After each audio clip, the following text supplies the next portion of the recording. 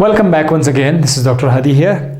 आज एक टॉपिक है, एक बड़ा इम्पोर्टेंट क्वेश्चन है जो कि स्टूडेंट्स के माइंड में अक्सर आता रहता है। और स्टूडेंट्स जब अपनी टीचर से क्वेश्चनिंग करते हैं तो वहाँ पर बहुत सारे क्वेश्चंस टीचर उसको जवाब नहीं दे सकते और स्टूडेंट्स जो है उनके ज़हन में वो सवालात आते रहते हैं। तो मैं इसके हवाले से आज बताता चलूँ, और ये टीचर के लिए भी है, स्टूडेंट्स के लिए भी है। क्या साइंस इस दुनिया में या इस दुनिया से बाहर जो कायनात है इसमें हर चीज़ का जवाब इसके अंदर मौजूद है? क्या साइंस हर सवाल का जवाब रखते हैं या नहीं? तो इसके बारे में आज हम लोग डिस्कस करते हैं। इस जवाब को देने के लिए मैं आपको बड़े लेवल पर भी बताऊंगा और छोटे लेवल पर भी बताऊंगा, फिर आपने डिसाइड करना है।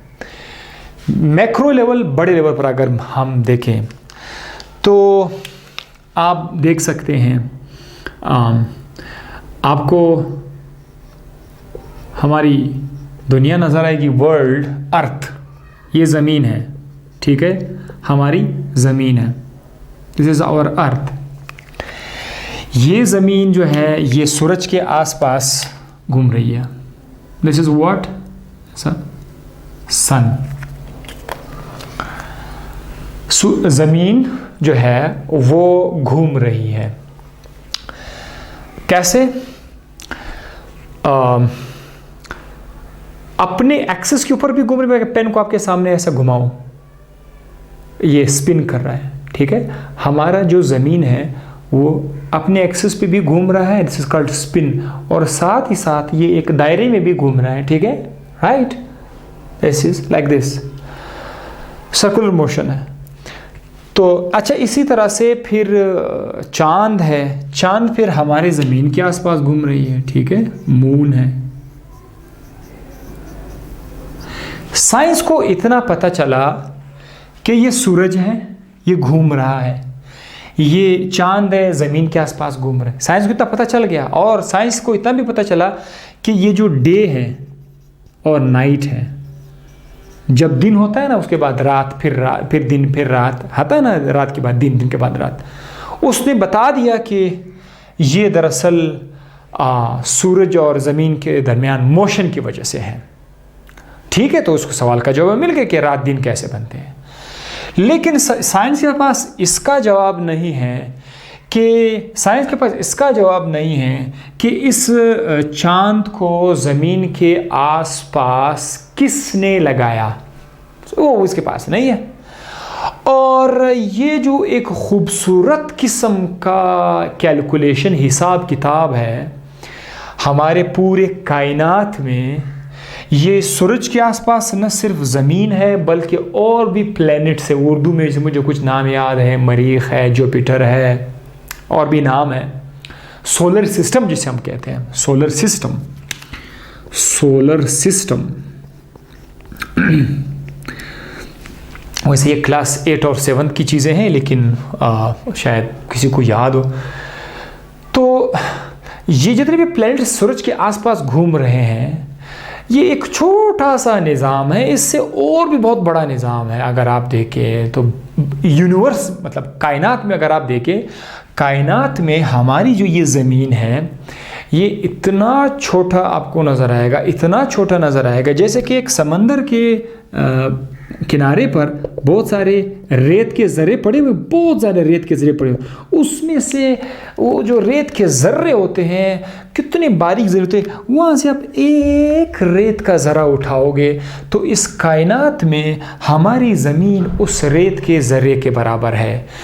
तो इतना सारा बड़ा कायनात, उसमें ये सूरज और ज़मीन एक दूसरे के आसपास एक मतवाज़न तरीके से घूम रहा है। ना उसका स्पीड तेज़ होता है, ना उसका वेट चेंज होता है, उसको एक बड़े ज़बरदस्त अंदाज में उनको लगाया हुआ है। इस मशीनरी को किसने लगाया हुआ है? साइंस के पास इसका जवाब नहीं है।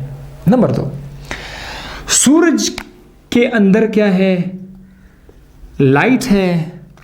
सूरज से रोशनी आ रही है, हम लोग स्कूल्स में, कॉलेजेस में, यूनिवर्सिटीज़ में बताते हैं कि ये लाइट है। साइंस ने हमें बताया कि लाइट है। साइंस ने हमें ये भी बताया कि लाइट के अंदर छोटे छोटे पैकेट्स होते हैं, छोटे छोटे पैकेट्स होते हैं लाइट के अंदर, जिसको हम बोलते हैं फोटॉन्स। हम लोग उसका नाम दें फोटॉन्स। उसके अंदर एनर्जी होती है। तो ये साइंस ने हमें इतना बता दिया कि सूरज से जो रेज निकल रही है उसके अंदर फोटॉन्स होते हैं। बाद में ये सूरज की रोशनी से हम लोग ने सोलर सेल बनाए। आजकल अपने घरों में हम लोग जो है बगैर उसके हम बिजली तैयार कर रहे हैं ना। लेकिन ये साइंस को ये मालूम नहीं कि ये जो एक फोटोन है, ये फोटोन कहाँ से आया। साइंस ने इतना बता दिया कि यहाँ पर जो है सूरज के अंदर एक किस्म का रिएक्शन हो रहा है, that is fission reaction. That is fission reaction. I think it's fission और फ्यूजन, ठीक है। तो बहरहाल इन दोनों में से कोई एक नाम है, फिजन और फ्यूजन। एक किस्म का बड़ा तेज रिएक्शन हो रहा है। उस रिएक्शन के नतीजे में लाइट प्रोड्यूस हो रही है। यह साइंस ने बता दिया। लेकिन साइंस के पास ये नहीं है कि ये क्यों हो रहा है। साइंस के पास ये नहीं है कि क्यों हो रहा है, सूरज के अंदर ये रिएक्शन क्यों हो रहा है। तो बहुत सारे जगहों पर क्यों का जो जवाब है वो आपको नहीं मिलेगा। सो एक लिमिटेशंस है साइंस के अंदर।